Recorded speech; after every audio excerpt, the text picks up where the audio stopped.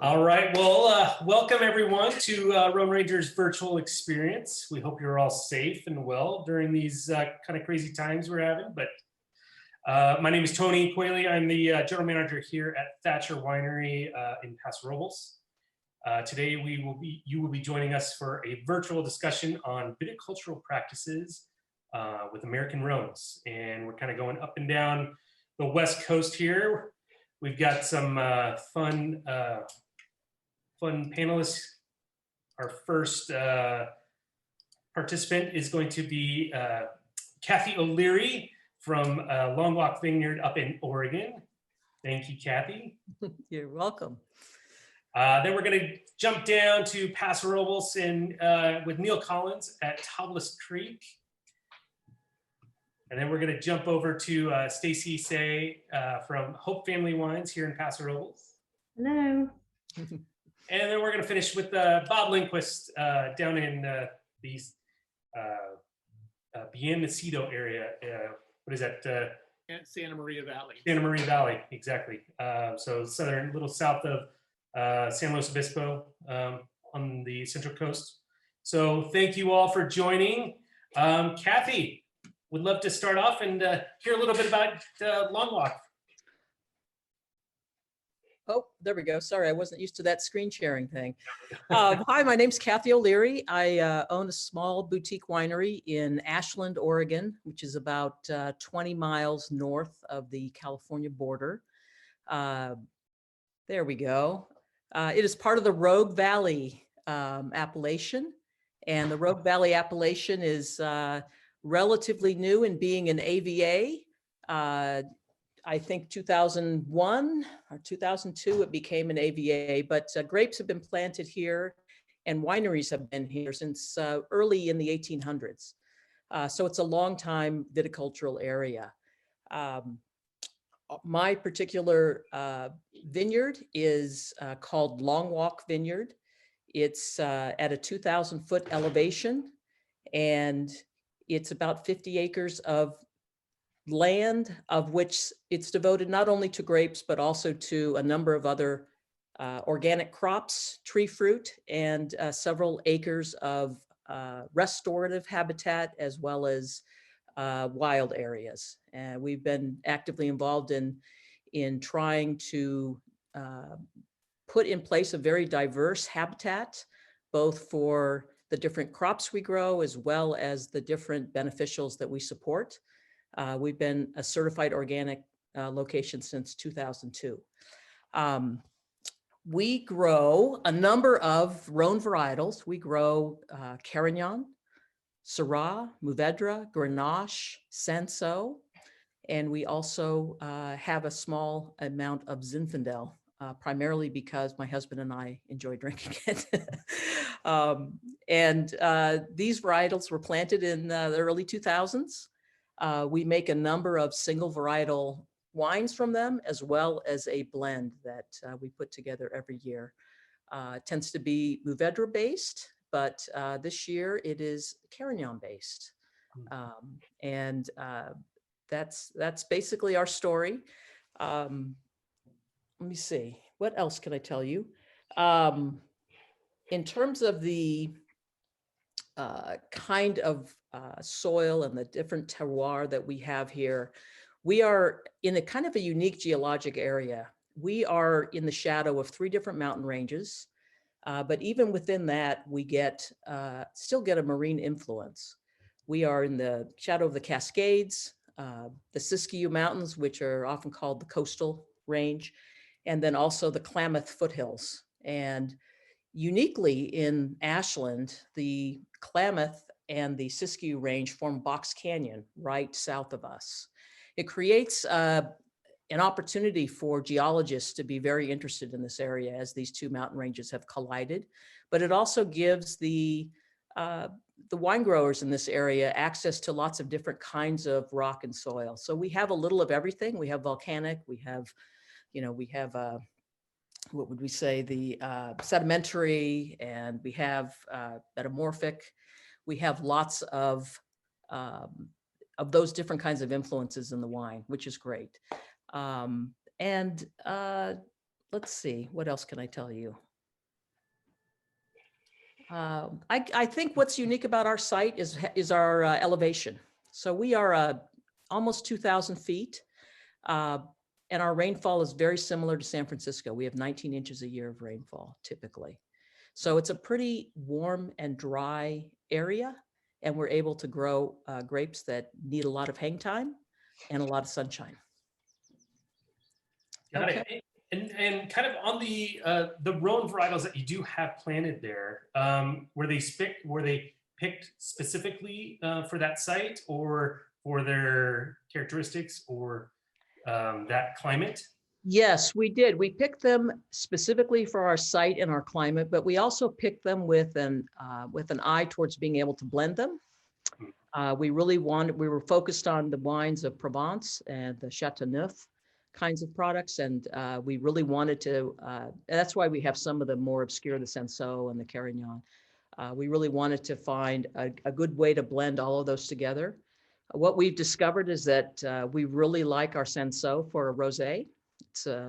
Makes a delightful single varietal rosé. Mm-hmm. And then we also like some of the spicier elements of the Mourvèdre and the Carignane as the base for our blend. We have not done the whole, 13 or 15 varietals. We'd love to, but we're not trying to, duplicate something that is successful in another area. We're trying to see what in our area produces the best wine, the best combination of our grapes in our terrain. Tell me again, when is it planted? 2002 to 2004. Okay. Back in those days, we were of the plant the rootstock, come through, graft it to the varietals. But these days, of course, it's so much less expensive to get it already in the ground, green growing. So that's where we've moved to. But several of our older vineyards were that grafted rootstock. Got it. So at that 2,000-foot elevation, really no issues with any ripening or being a little bit of cooler climate? No, but it is a fair statement that we really do thin heavily in order to enhance the ripening, and we're willing to let it hang until it's ready, if that makes sense. Our latest harvest was early in November, but typically we're harvesting in September. Got it. Not August for these varieties for us. Sure. And we do have a pretty steep environment. So things like frost and a lot of the weather, we tend to avoid. We have very good cold weather drainage, as well as very good water drainage. So this is a site that's never needed frost protection, both for the tree fruit crops or the vines. And we've been lucky that way, but that's why it's a very old site that's been planted for, more than 100 years. So, they kind of knew what they were doing back then as well, when they didn't have the resources we have now. Amazing that they knew what they were. Yeah. South facing, good drainage. Yeah, they were thinking that. Well, before we get into the wine that we wanted you to talk about, I want to hear what else you have growing out there. I mean. Oh, okay. Well, we have a business on site in addition to our winery that is tree fruit. We have a summer CSA program where local direct-to-consumer buyers sign up and get fruit for the entire summer. Along those lines, we have more than 20 different varieties of cherries, apricots, peaches, apples, and pears.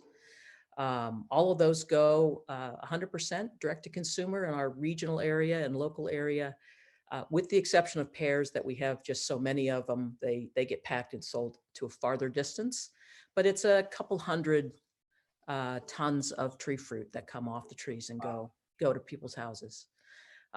So it's been great, and it's really wonderful. Cherries, for example, are our first crop. And when we say cherries, we mean some Bing, some Sam, some Lambert, some Royal Anne, some Rainier, some Montmorency. So lots of different types of fruit.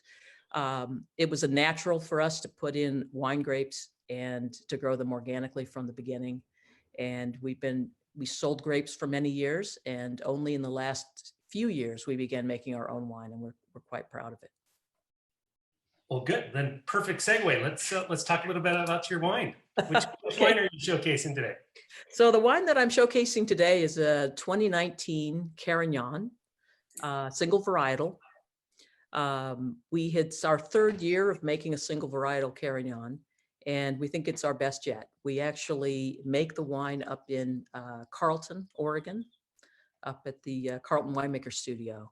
And it gets sold through our tasting house or direct to consumer on our website. But it's a wonderful spicy wine. It's tremendously aromatic, and it's nuanced. It was made in the same way that you might make a Pinot, really coaxing the flavors out in different layers. And so it really has been a crowd pleaser. We had a special event where we highlighted just this wine, and it was very popular. Love it. Love Carignane. Great varietal. I do too.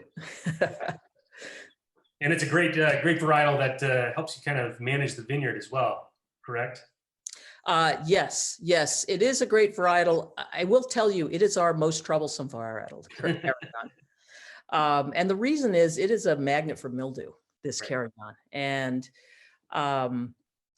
where one of the things we watch very closely and that we fight every year, at least a little bit every year, is mildew. And the Carignane seems to be, if there's any mildew possible, that's where it starts. And so we have a couple of rows that we kind of call ground zero. And as soon as there's a risk of that, we're down there, seeing what we have and beginning the treatment at that point. Yeah. And of course, we do preventative measures as well the whole time. But that's the only reason I would say it's troublesome. I will tell you that it is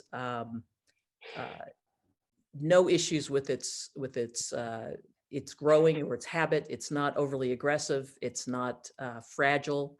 It's not shy about putting on a good crop, and it's a dependable harvest. Yeah. Yeah. Carignan is kind of that kind of beacon. If you've got some mildew issues, it'll tell you. There you go. Be the first one to tell you. So, well, touch a little bit on your organic certification in your vineyard. Is that a tough process to get through? Say again. Is it a tough process to get certified? No, it's not a tough process if your philosophy is to follow those kinds of behaviors that lead to a really good partnership with the land and with the people that that work with you. So like I said, we've been certified since 2002, and it's a record-keeping commitment. It's a commitment to use materials that are sound and certified. One of the things I like to tell people in this area, especially because we have a number of people who say, hey, I grow my things organic, but I don't need to get certified. And I say to them, well, there's a difference between buying sulfur that's organic and sulfur that's certified organic and sulfur that's just sulfur. It is an element, but the inert ingredients can contain all kinds of, industrial byproducts. And you really want to ensure that what you're putting on the crop is something that you know and trust. So that's a big part of it. And then of course, a big part of it is just all the little things that you do that keep everything kind of the best it can be. And not only the fact that you don't use herbicides, the fact that you use a lot of mechanical cultivation, all those things make a difference in the health of the land. And what we have here is a very vibrant, robust site with lots and lots of beneficial insects, all the way up through, the bobcats that live in the corner and the red-tailed hawks that nest in the trees. Its wildlife is abundant, and so are one of our focuses has been on restoring a number of the indigenous plants that have been part of this environment, because we're encouraging as much biodiversity as we can. And not only with the different crops that we've planted that are intermixed, but also with the plants that we have on site. So we did a big process a few years ago where we looked at all the indigenous plants that support the beneficial insects that we'd like to support and the beneficial animals we'd like to support. And then we ensured that we would plant 4 seasons of those plants with pollen and other food sources for a variety of sizes. So it ended up being this, as if you can imagine, it's this spreadsheet from from hell. And we planted over 100 different varieties of plants, including sourcing the seed that took a couple of years to do, to make sure we had seed that was local and the right elevation and came from the right plants that were new to us. So it's been quite an adventure doing that to support everything else. Excellent. I think that's great. Great. Well, thank you, Kathy. Appreciate that. You're welcome. Next, we're going to jump down to Paso Robles on the west side and talk to Mr. Neil Collins. Welcome. Oh, you're on mute, Neil. You may regret telling me that. I just got a text from Jason saying that I'm the only one he has a cell phone number for. He's trying to get, he got dumped off the internet. He's trying to figure out how to get back on. He'll be trying with his cell phone, but he's in a bad cell area. Damn it, what timing, he said. So anyway, Jason's trying. Good. Well, we'll keep rolling, and if he jumps on, he jumps on. But well, thank you, Neil, for jumping in. Why don't you tell our guests a little bit about Tablas Creek? Yeah, and please, everyone, feel free to jump in and redirect me if I go off on tangents. But as we're talking about viticultural, that's where I'll focus my attention as much as I can. So Tablas Creek, well, there it is in West Paso Robles. The land was bought in 1989 specifically to plant Rhone varietals, more specifically to plant Chateauneuf varietals that were all imported from France. And the piece of property chosen for its soils, its calcareous soils, limestone, chalk, clay, good amount of rainfall. In those days, it was averaging 25 inches or so a year. And it has a nice proximity to the Pacific Ocean. So if you're a crow, about 10 or 11 miles from the Pacific.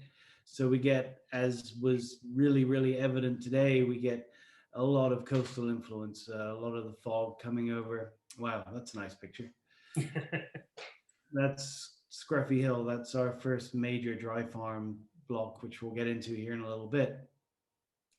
So that was the reason for the property being is the terroir, the site. The goal of the project was to create wines that are very much an expression of the piece of land that was purchased. It's owned by the Haas and Perrin families. I don't think I'm going to go too much into Tablas Creek history. Most people, I would assume, know that. We're going to talk about viticultural. I've been involved in the project since the beginning. I lived on site since 1998 until a year ago when I moved into town. Been the vineyard manager and winemaker there for that entire time. It was always a premise for Tablas Creek to be farmed organically, and for the most part has been that way. As of 1998, when I arrived on the property, it has been 100% organically farmed. We didn't certify until 2003, mostly due to my lack of desire to do the paperwork to certify. But we have absolutely and honestly farmed that way. And the belief being, many reasons really, but it's a property that's intended to be multi-generational. It's not something that was bought to build and sell. We want to leave the property in a better state than we found it. We want the next generations to receive something that's really pristine.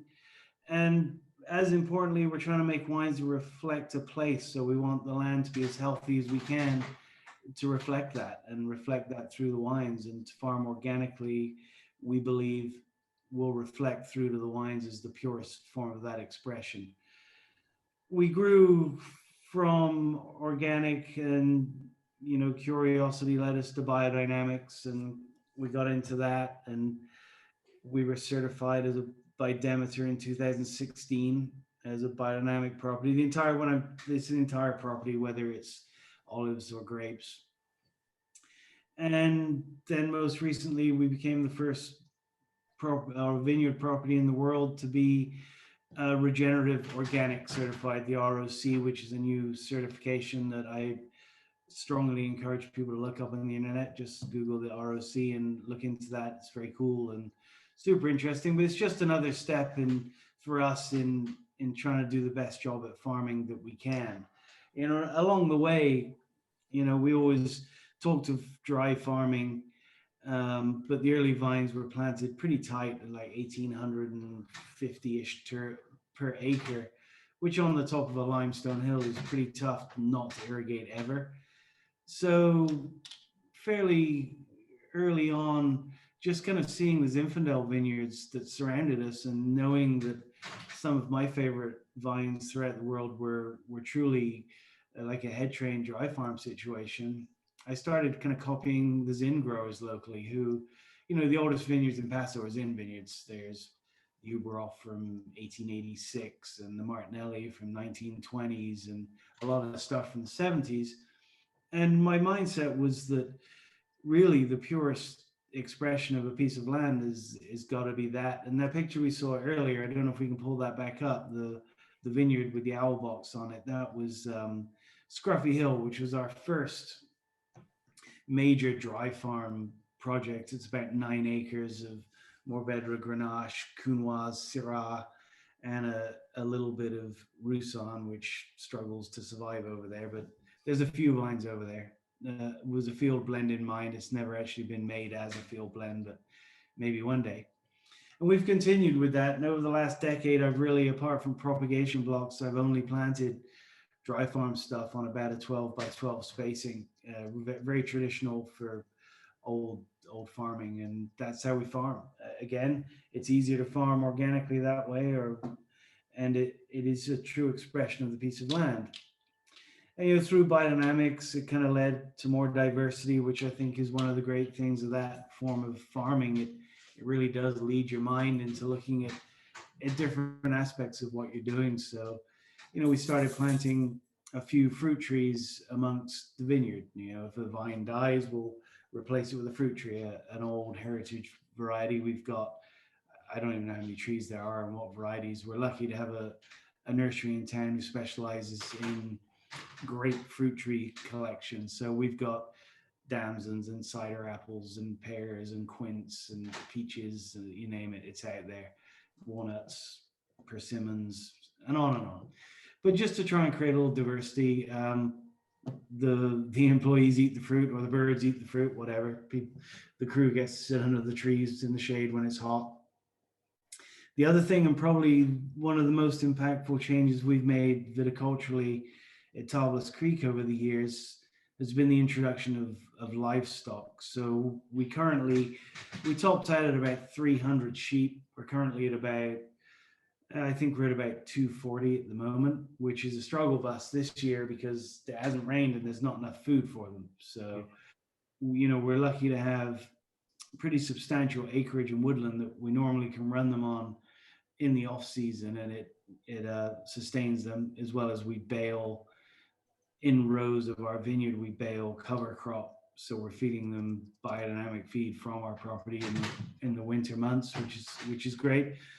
But, that's a very long-term thing for me. A lot of manure goes down on the ground every single day, and we mob graze, so they move every 2 to 3 days throughout the vineyard. They're outside of the vineyard now, clearing roadways and woodlands, etc. But so a lot of fertilization goes on, and from the start, and we started with about half a dozen sheep. It was just kind of a thought at that point, and it's grown dramatically. But now, we're whatever it is, 10 years plus into this, and you're starting to see the impact of not only the manure but the microbial activity that comes from those sheep, from their stomachs, and it's really making a difference to the soil, and it's huge. But it's fleeting every year. They're only in the vineyard for a short period of time. But, my mindset, as with everything at Tablas Creek, is it's an incredibly long game. So 20 years of those sheep You know, they're dumping something 800 pounds of manure a day, you know, which is not insubstantial. We also make all of our own compost, et cetera, and spread that, but I think that's minor compared to what the sheep are bringing to the program. That's kind of an overview of what we do. Pretty proud of the way we farm, and the wines, I hope, will reflect that. I mean, the wine you're not drinking it maybe, but I am. What'd you pick? Which is this guy, which was just by chance I grabbed this one. Robles. Yeah. Okay, so this is a wine that represents fruit only taken from the dry farm head train sections of our vineyard, hence the term en gobelet. Technically, most of our farming isn't a traditional gobelet. It's more of a double gobelet and a lot of vertical cordon for certain varieties to keep them higher off the ground and out of the frost, because we're very, very cold.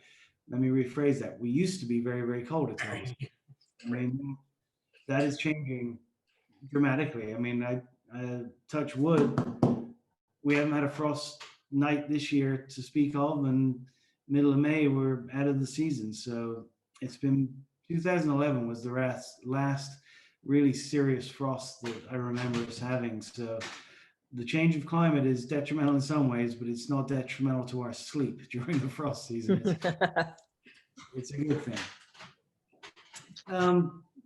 To talk about this wine, I mean, it's one of my favorites. When I was planting these dry farm sections, I honestly kind of felt like the wines were going to be more intense and bigger and not getting irrigated. And it's not really how it panned out at all. They're not bigger, they're not necessarily more powerful, but they are very different and they are very complex. They're very intricate, I guess would be the best term that I can put on them.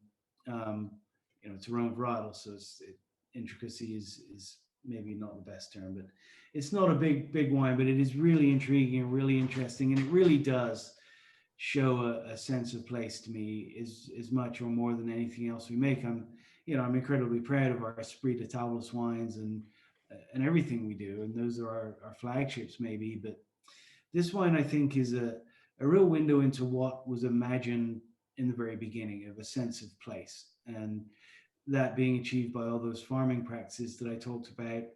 And then in the winery, everything's native yeasts and native mallows. We don't inoculate anything. It's largely aged in 1,200-gallon wooden foudre, which are just like big barrels, basically. So neutral wood, not new wood. And all of this, from beginning to end, organic farming to neutral barrels, is done in a goal to show a sense of place, to show an integrity of the land that those two families chose to buy. I have nothing whatsoever against wines that are big and have nice French oak, etc. on them, but it's just not our stylistic choice for this project. Now, when you guys planted, was it always the thought and the idea to have all the Rhone varietals planted in the vineyard? You know, you'd have to assume that was the case. But the original wave of imports did not include them all. It included most of them, I think 8, but now we have all of them. We have all 13. I still call it 13. I know now people are saying 14 and so on, but they're the same grapes. We have them on the property. Muscardin was the last one. Spent 13 years in quarantine, and now we have it. And has it produced yet? We made 5 gallons last year, so all right. We're gonna taste it next week. So good. You know, it's not a grape that many people are very excited about, but we're excited about it. Just we've been waiting so long. Yeah. We're actually in the process. We pulled out there was a propagation block right in front of the winery there as you drove in the gate, which was originally 2 clones of Grenache and a clone of Syrah, and they were the first propagations of those clones. We no longer really needed that, so we tore it out, and we're planting this small block, and it's less than an acre, but it'll contain all 13 varieties from Chateauneuf. It'll be a fun little show and tell vineyard, and multiple different styles of pruning in a dry farm situation. So we'll do a gobelet, and we'll do a vertical cordon, and we'll do our kind of hybrid thing that we do. And it's a ways away, but you know, that's the current dream, is to have all 13. So people can come visit and go look at them all, and hopefully taste the grapes at some point in time. Yeah, man, sounds great. That sounds fantastic. It's been a long time coming, trust me. It's no, I'm not the most patient man in the world, and it's you have to be. I'm learning for this game. So You said it's the long game. yeah, Musco down, we chopped some Grenache Blanc and grafted it over because I couldn't wait for them to propagate vines. You know, we wanted to get them in the ground, and it's been, you know, it's a really exciting thing because, you know, I'm not going to say I know these varieties, but I've tasted these varieties in Chateauneuf, the parent company, Beaucastel. You know, I've seen Picardin, I've tasted Bourbelanc, and all of them, Mourvedre, a lot of stuff, but it's not the same as what it does on our soil in our spot. It's a very unique piece of the world where we are, and so seeing what those different varieties bring to the table here. Vaccarès is super exciting. Terry Noir is a trip. You know, it's a grape that's very pale but very structured. It's like a rosé with tannin and structure, and you think it's red wine if you couldn't see it. Seeing what they bring to the table in this environment, I think that's something that maybe the Pren family anticipated, but I didn't really quite understand. I don't think how exciting that is to see what a very well-known historic variety does on a different piece of land. And, you know, we farm very similarly. Beaucastel are organic and biodynamic. I mean, the soils are similar time frame, but it's a very different place with flatter land and less aggressive limestone for sure. So that's been why I haven't been able to leave. You know, probably would have got another job, but they keep giving me new varieties. Awesome. Well, thank you, Neil. That was excellent. My pleasure. Now we'll jump over, staying in Paso. We're going to jump over to Stasi at Hope Family Wines. Hi there. Hello. So I am the vineyard director for Hope Family Wines, and you may know us primarily for our Cabernet or Triana label. But we also have an estate vineyard on the west side in the Templeton Gap region, and that is planted almost primarily to Rhone varietals. Originally, that piece of property was planted in the early 90s. It's owned by Chuck and Austin Hope, and it was mostly planted to Cabernet and Merlot because at the time that's what was being planted in Paso Robles, and they thought it would work. And what they found out is it's much too cold for Cabernet. Where we're located is if you came off of Highway 101 onto Highway 46 and headed west to the ocean, we're in the Gap region. It's a literal gap in the break in the Santa Lucia Mountains. And so you have this heavy marine influence that comes in every day, whether it's wind, fog, or both. And so for Cabernet, it's just too extended of a season to properly mature it and get the pyrazines out. And so after a trip to the Rhone region, Austin came back in the late 90s and said, I think we need to make a change. And so the real step began toward planting Rhone varietals. The most planting that we have is Syrah, but we also have Grenache, a little bit of Roussanne, Mourvedre, and then a happy accident, we planted some more Mourvedre a few years ago, and surprise, it's Graciano. But it's really been great because it works well for us. It's very popular in the tasting room. And so as an estate varietal, we decided to keep it. We only have a few acres, we have 2 acres of it, but it's working very well. Sells out every year and tends to be a fan favorite for sure. Our estate fruit mostly goes into our wine club, also available direct to consumer, and at the tasting room for sure. As far as the vineyard goes, like I said, the Templeton Gap is quite unique to Paso Robles because we do have this heavy marine influence. At the same time, we still have these diurnal swings that Paso Robles is known for of 40 to 50 degrees every single day. And so even though here in the springtime, we've been getting, until recently, we're talking today, it's been rather cool the past few days, kind of feels like June gloom in April, where we're having heavy marine layers that are coming in, but we're still seeing a lot of frost. So last week we were up at 85 degrees during the daytime, and then we had 29 overnight. Luckily, our dew points, which is really kind of key, and during frost season, were on the higher side, so our frost risk was reduced, but it's there and it's very real. And then as we move into midsummer through harvest, we still get that wonderful marine influence in the form of wind and or fog, depending on the day and the time of year, but it helps to cool us off. So if we're kissing 100 degrees during the day, during August or September, trying to mature the fruit, about 1 o'clock, the marine winds will start back up and it's cooling back down. So if we do hit 100 degrees, it's maybe for an hour or so, and then we start going back down. I had a foreign exchange student from Spain a number of years ago, and when she left, I asked her what she learned most about Paso Robles, and she said, you have to dress like an onion, because you're wearing a sweater in the morning, you peel off to a short sleeve, you're hot, and then by evening, if you're going to an event or go out anywhere, we all know we have to take our sweater again, because as soon as the sun goes down, you want to put on something for sure. So I always remember that, dress like an onion every day. I dress like an onion. So we're at a lower elevation, so we're at about 900 feet. And again, that does help for that marine influence to roll in and help to cool us off. We're a relatively flat vineyard. There's some little peaks, but not high slope degrees or anything like that.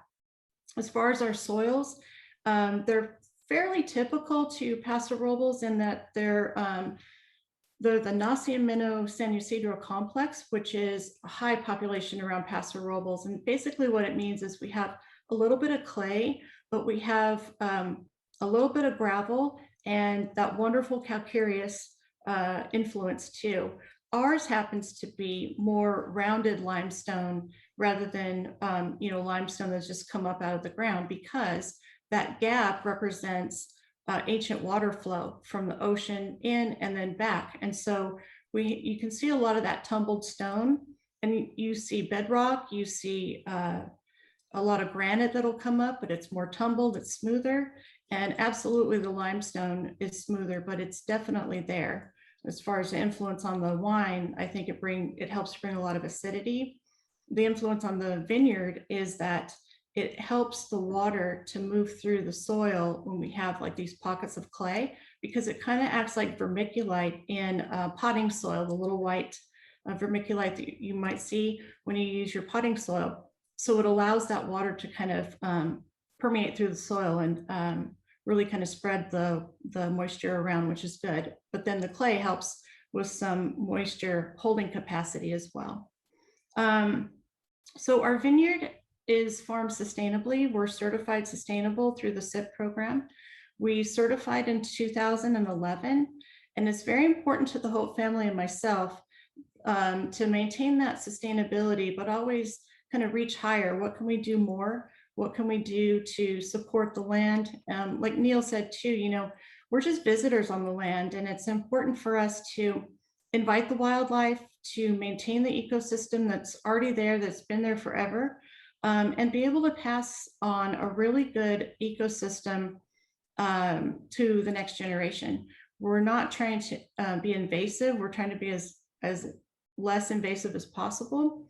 So we've created a lot of wildlife corridors. We don't deer fence. We allow the wildlife that's native to kind of run through the vineyard.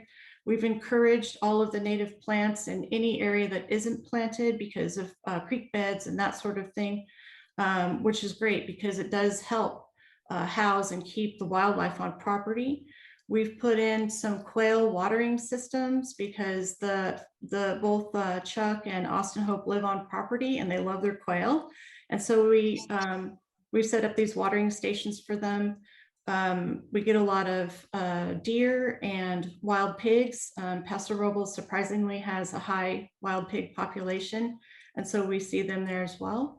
And I think it's important to make sure that we're also kind of honoring the oak trees that are around Paso Robles. So we farm around all of our oak trees as well. It's something that we all feel is super important.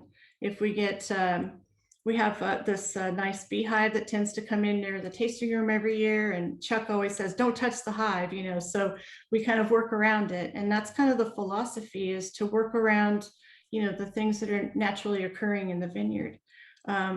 One thing we've taken the extra step to try to accomplish is to really follow the leadership of Tablas with regenerative farming. We're really focusing now as a first step on our healthy soils. So we have been composting for a number of years, but we've stepped it up in that we're not going to use any herbicides this year. We're going more to mowing and other processes. It is quite difficult though, because the way our vineyard is set up is rather tight spacing. So we're usually on, our Syrahs are mostly 6x4, but we have 5x5. So we're talking about, you know, over 1,700 to over 1,800 plants per acre. And so it's tough to get the right equipment in there. A lot of research is being done currently, how we're going to move forward, but we're committed to making sure that we're really focusing on our soils, making them better, creating that biodiversity that we know is going to be more important for the vines and ultimately wine quality too. What I've seen working through with Paso Robles with growers throughout the region is if we can make moves toward first and foremost a sustainable system and keep that process moving forward, I can see dramatic changes in wine quality just by instituting sustainable practices. So we look at the regenerative movement for us. Not only is it for the land, but we know that the wine quality is going to improve as well, just because of the nature of the processes that are required. Good wine starts in the vineyard, right? Absolutely. Exactly. No, I think that's great. You touched on your spacing. Is most of the vineyard planted trellised, or do you have head trained? Most of it is on a cordon on a trellis. We do have a few small blocks around the tasting room that are our smallest spacing, and those are vertically head trained because the spacing is pretty tight. So we have a little over an acre of Syrah, and then we have a little over an acre of Grenache like that as well. Those are the most challenging. The Syrah in particular is super challenging because it wants to be vigorous. And here we are we're, you know, cutting things back. We're always in there doing something, trimming back, you know, first trim back to one cluster per shoot, and then go back and trim off the shoulders, and so on and so on. And so, you know, every time I come to that vineyard, it never looks like Syrah to me, because Syrah can be a beast, and we're kind of trying to tame it and keep it on a leash. But it's fun to work with that 1 acre, because you do see the intensity that fruit will throw, you know, compared to other sites, just because that, you know, it's just all, like I said, we've put it on a leash for sure. What wine are you going to be showing today? So we've got the 2017 Syrah, and it's the estate Syrah, and it's basically a blend of the Syrah blocks on the site. So it's I think we have a little over 16 acres of Syrah total. And what we do, as we do with everything else, is we'll go through, make the wines, taste them post vintage. And before we really look at separating things, because we keep or putting things together, we keep everything separate. And then we'll rate them, and the highest rating will go then into this bottle, and then the rest gets sprinkled around some other programs and that sort of thing. So this is a true blend of the estate Syrah. Love it. Love it. Well, thank you, Stacey. I really appreciate it. Absolutely. All right, now we're going to head a little further south down to Santa Maria area. Bob Lindquist, welcome, sir. Hey, thank you. Nice to be here. Excellent. Let's sitting go ahead. Yeah, I'm sitting out in my backyard in Arroyo Grande, and I wish I had one more onion layer on myself. It's a chilly day here, and it's just gotten colder over the last hour since we started this. But anyways, I'm the owner and winemaker for Lindquist Family Wines. The winery is located at the Nacido Vineyard down in the Santa Maria Valley. Those of you not familiar with the lay of the land in that area, we're in the very northern tip of Santa Barbara County, right at the southern tip of San Luis Obispo County. In fact, part of the Nacido Vineyard is in San Luis Obispo County, but all of it is in the Santa Maria Valley AVA. It's what really makes this area unique and kind of separates it from the other vineyards that we've talked about so far today is the mountains and valleys in this part of the Central Coast run east-west instead of north-south. We, like the Paso Robles area, we were all underwater during the Miocene epoch, but during that period of time, there was a lot of movement of the earth, and for whatever reason, that's a great shot there, yeah. The mountains and valleys in this particular area go east-west instead of north-south. So the effect of that is that they're kind of like open windows to the ocean. And those of you familiar with the coastal area, and all of us are who live in this area, it's cold. I mean, it's not warm ocean off of our coast. To get warm ocean, you kind of have to go quite a bit further south down to Santa Barbara. It starts to get warmer, then Malibu warmer, Newport Beach warmer, San Diego warmer. But in this part of the Central Coast, our water temperatures are very similar to what they are off of San Francisco. So temperatures usually in the 50s during the the majority of the year. We've actually seen the water temperature rise a little bit just in the short time that I've been making wine in this area. But anyways, the focus today is on Nacido Vineyard. We get grapes from a number of different vineyards. We don't own Nacido at all. It's owned by the Miller family. We just lease and buy grapes from the vineyard. It's we kind of consider it our own vineyard because the winery is located there. We have a lot of input into how the grapes are grown, how they're farmed.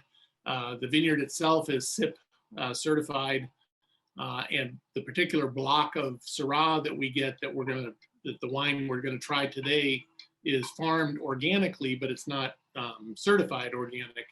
The Miller family has decided to just stick with SIP certification at this point in time, but they will farm organically or biodynamically on request as long as the client is willing to pay more for those services. And it's a pretty good size vineyard. At one point, it was about 900 acres. It's currently a little over 600 acres. They've been replanting some of the original blocks because they had the wrong root stocks, the wrong clones, and actually they planted in some of the wrong areas originally as well. The original Nacido vineyard was started being planted in 1973, and they've kind of added to it over the years. The particular block called Z block, which is the original Hillside block at Nacido, was planted in 1992. We got the first crop off of it in 1994, just 3-year-old vines. And I've been making wine from that block ever since.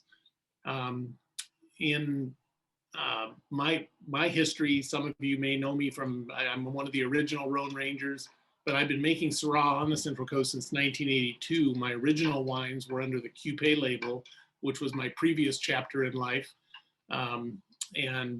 We bought the grapes from the Estrella River vineyard in Paso Robles originally. And then in 1985, Bob Miller, who's one of the Miller family brothers who planted the vineyard, approached me about planting Syrah at Nacido.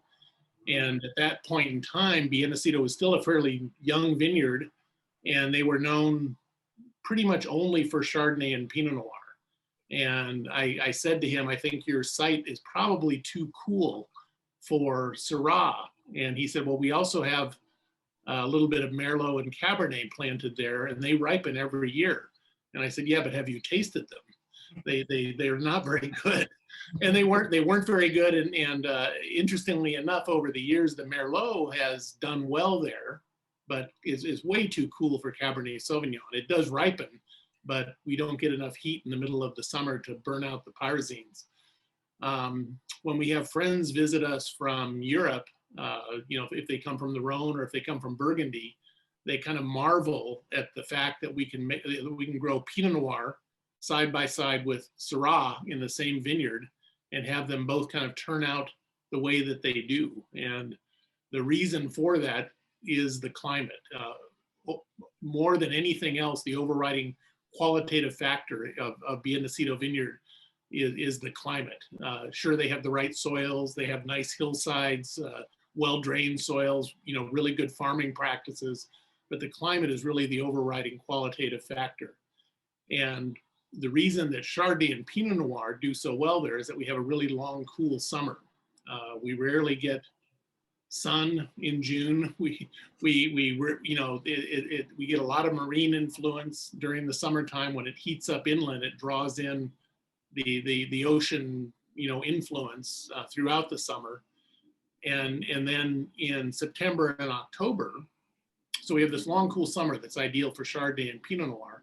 But then in September and October, we start getting more high pressure days, and the marine influence kind of stays off the coast more. We get more sunshine, warmer temperatures, especially in September, and we're a very dry area.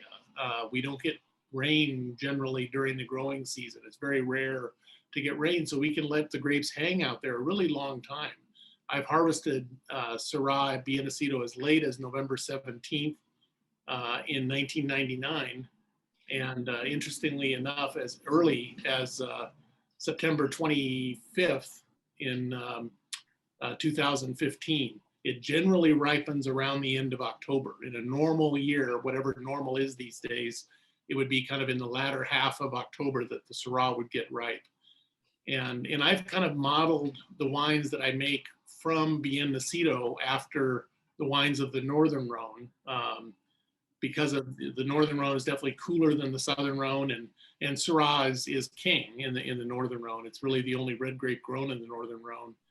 And so the wine that I make is pure Syrah, and there are wineries that make it that will use a little bit of Viognier influence into their Syrah as well, but this wine is 100% Syrah.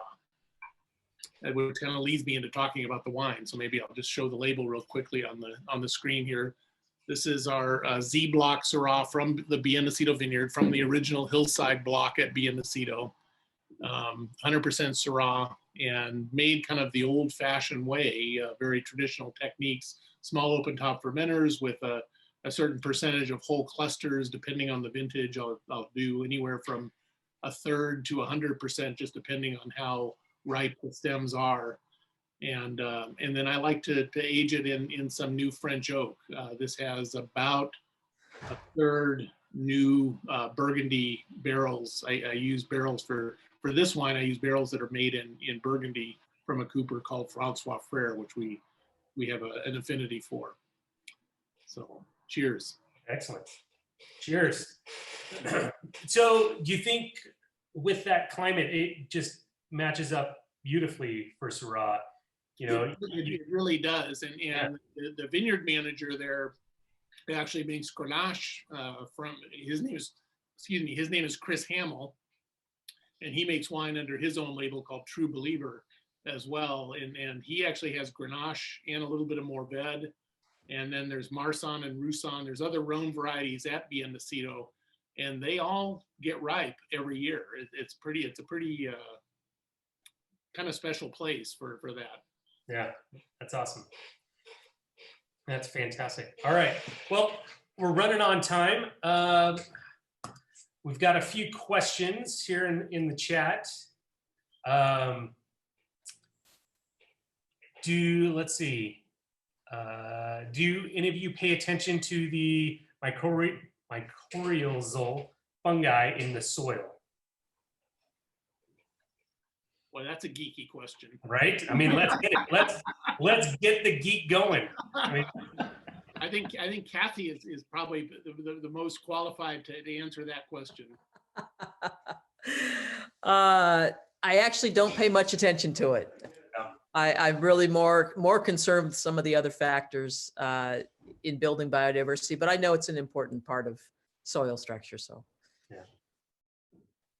Neil, you're on mute. I would say kind of the same thing. I mean, I know I know that it's there, and we farm in ways that we believe will enhance it, but I don't test for it, would be the answer to that. Gotcha. Next question we've got, Bob. How long can one age a Bien Nacido Syrah? Is there any benefit of doing so? Oh, absolutely. You know, and it kind of depends on how you like to drink it. But, you know, when it's young, it has a lot of fruit forwardness, and it's a very pretty wine with soft tannin. So it can be consumed when it's a young wine. But I have them going back to the very first one I made was from a different block at Bien Nacido in 1987. I have them going back that far, and they're still holding up well, as long as they're stored properly. And so, and not every vintage ages well. It just kind of depends on the vintage. Usually the cooler vintages or the normal vintages age the best, and then the warmer vintages age the least, just because they tend to be a little bit softer in acidity and a little bit riper, you know, at the time of harvest. So. Yeah, and that's kind of a general question for everybody. Do we all feel that not just Bien Nacido Syrahs, but everyone's Syrahs, you feel like are age worthy? Oh yeah, Absolutely. absolutely. Yeah, it kind of it's got all the characteristics that you need to create that age worthiness. Yeah, it's one of the great grapes for putting in the cellar. That's for sure. Yeah. How do you think about oak for various varietals? New oak, neutral. We know Neil only kind of works with neutral, but how about new French oak for you others? We have used a little bit of new French oak, but really as an experiment more than a process. One of the things we've tried to focus on is taking our lovely Rhone varietals and looking for how different they can be from each other. Since it's pretty easy to find, if you treat them all the same way, they can be kind of similar. So we're looking for ways to really differentiate the Mourvedre from the Grenache, for example, or for the Carignane from the Syrah. So it's been a little bit of an experiment, but I would say in all cases, the amount of new oak has been, 15%, that kind of thing, as we're looking for just enough to really bring forward what we might learn from it. I mean, it's true that I don't use a lot, but it doesn't mean I don't know anything about it or don't like it. I do. We do use some new oak on the Roussanne, and the only red variety that we really put any wood on to speak of is the Syrah, because it does like it, and you won't taste it in our wines, but I get to taste it in the cellar, and I enjoy it. There we go. And we'll use new oak and a combo of new oak and then once used, rarely twice used. Got it. And I make a Central Coast Syrah, which is a blend of a number of different vineyards, and we don't use any new oak for that, although a little bit might creep into that because it's a blend of all the different vineyards that we work with. But for our single vineyard bottling, that are from cool climate, I do like anywhere from 1/3 to 2/3 new oak, just depending on the wine. I had mentioned the Burgundy barrels that we use for this wine. For 2 other single vineyard Syrahs that I make, I use a barrel called Hermitage, which is a Rhone coopered barrel. I mean, they all come from the same forests in France, but where you dry the wood, where you make the barrels, how you make the barrels can, definitely influence the characteristics of the wood. Excellent. Well, that's all the questions we got. Thank you all. Appreciate it. We're right at our hour. So want to thank everybody for joining us today. I know you, especially our panelists, I know you guys have busy schedules. So thank you, Kathy, Neil, Stacy, Bob. Appreciate you joining us today. And I want to thank everybody who joined us and logged on. We hope you had fun, and we hope it was educational, because that's our goal. Please be on the lookout for our next virtual experience in May, where we'll be focusing on red blends, Rhone red blends. So thank you all, and have a great day. I appreciate it. We'll see you next time. Thank you very much for having us. Thank you. Yeah, Thank you. yeah. Thank you, Tony, for jumping in as the moderator. Well done. Awesome. Ready to jump in. Ready. Bye-bye now. All right, Bye. thank you.